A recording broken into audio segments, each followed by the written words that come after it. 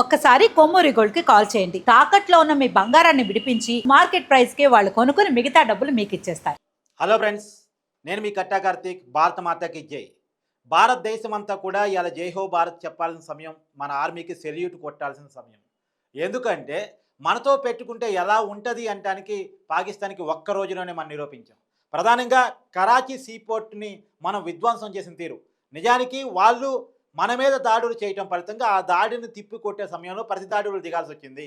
మన ఎల్ఓసి దగ్గర వాళ్ళు ఘర్షణపూరిత వాతావరణం చేసుకునే క్రమంలో ఇక్కడ మూడు మన ప్రధానమైనటువంటి సక్సెస్లు చెప్పాలి. ఒకటి, పాకిస్తాన్ బోర్డర్ దగ్గర 30 కిలోమీటర్ల లోపలికి పాకిస్తాన్ భూభాగంలోకి మన ఆర్మీ చొచ్చుకొని పోయి వాళ్ళని వెనక్కి నెట్టింది.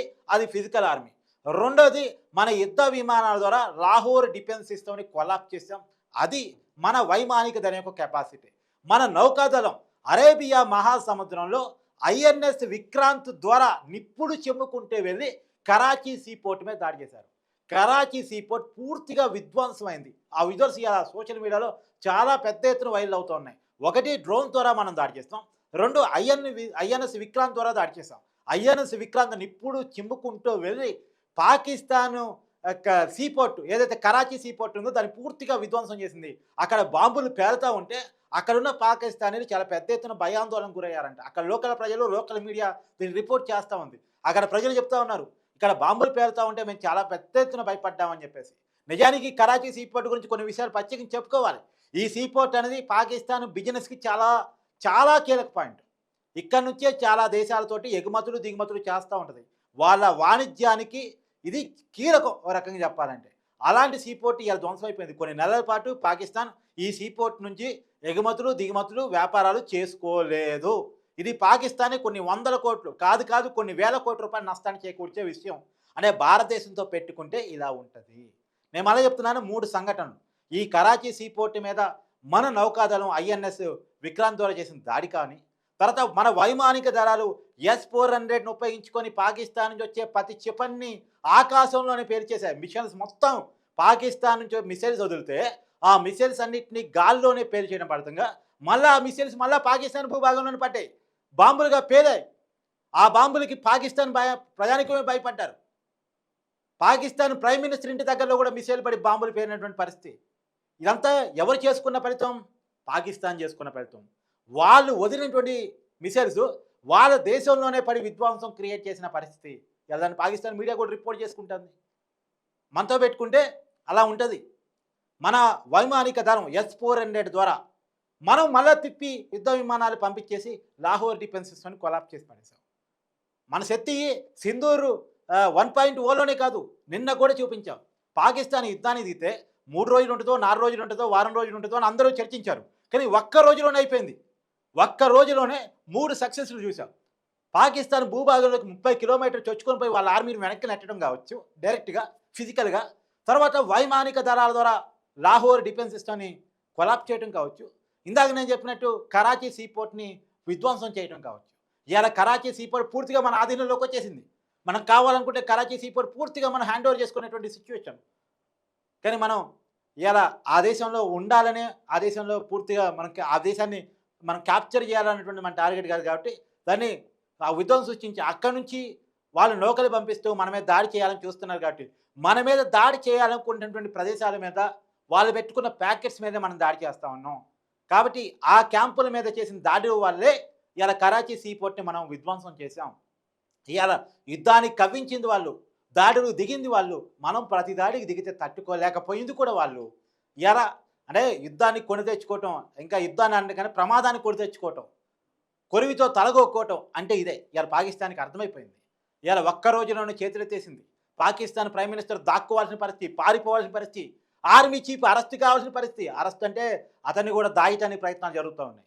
ఇవాళ పాకిస్తాన్ ఆర్మీ చీఫ్ కలుగులో దాక్కున్నాడు, పాకిస్తాన్ ప్రైమ్ మినిస్టర్ కలుగులో దాక్కున్నాడు.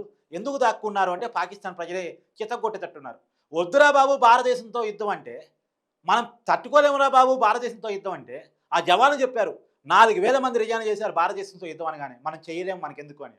తుప్పుపట్టిన ఆయుధాలతోటి, పనికిరాని రాడార్ సిస్టంతో, పనికిరాని యుద్ధ విమానాలతో మనం ఎక్కడ యుద్ధం చేయగలం? ఇలా అమెరికాకు సంబంధించిన F-16 యుద్ధ విమానాలను వదిలితే మనం క్షణాల వ్యవధిలో వాటిని గాల్లోనే విధ్వంసం చేశాం. అమెరికాకి సంబంధించిన F-16 విమానాలు, తర్వాత చైనాకి సంబంధించిన విమానాలు, వాటి యుద్ధ విమానాలు చైనాకి సంబంధించిన సరుకును పంపిస్తే మనం గాల్లోనే పేరు చేసినటువంటి పరిస్థితి.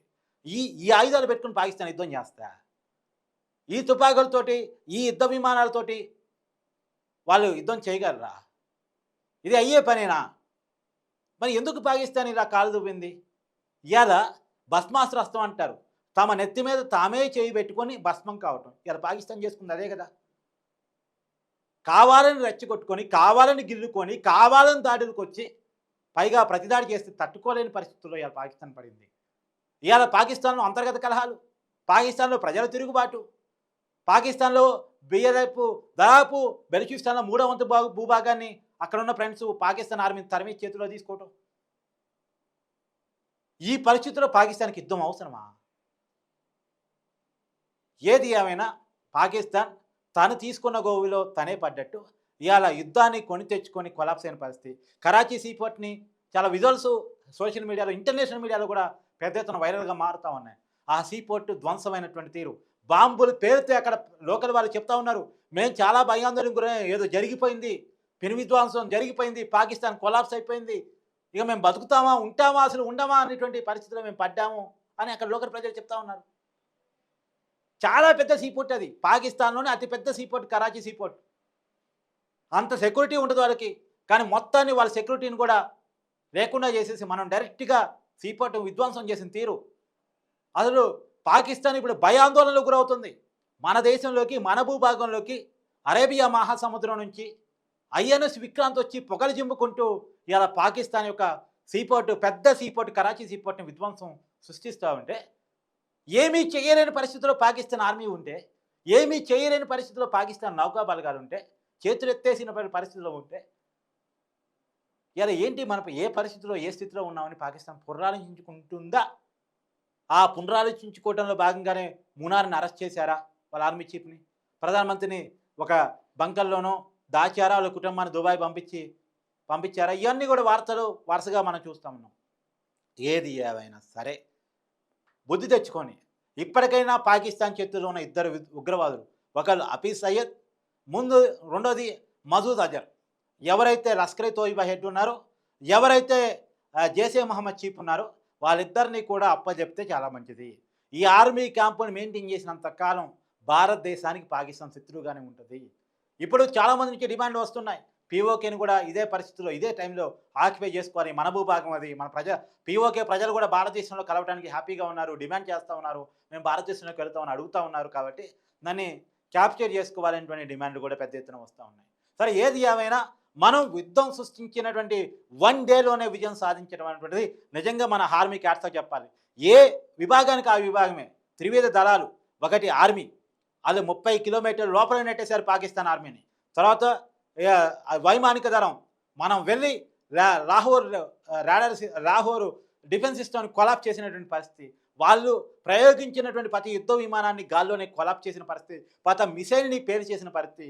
ఇంకోవైపు నౌకాదళం అరేబియా మహాసముద్రం నుంచి INS విక్రాంత్ ద్వారా పాకిస్తాన్లో అతిపెద్ద సీపోర్ట్ అయినటువంటి కరాచీ సీపోర్ట్ని విధ్వంసం చేసినటువంటి పరిస్థితి.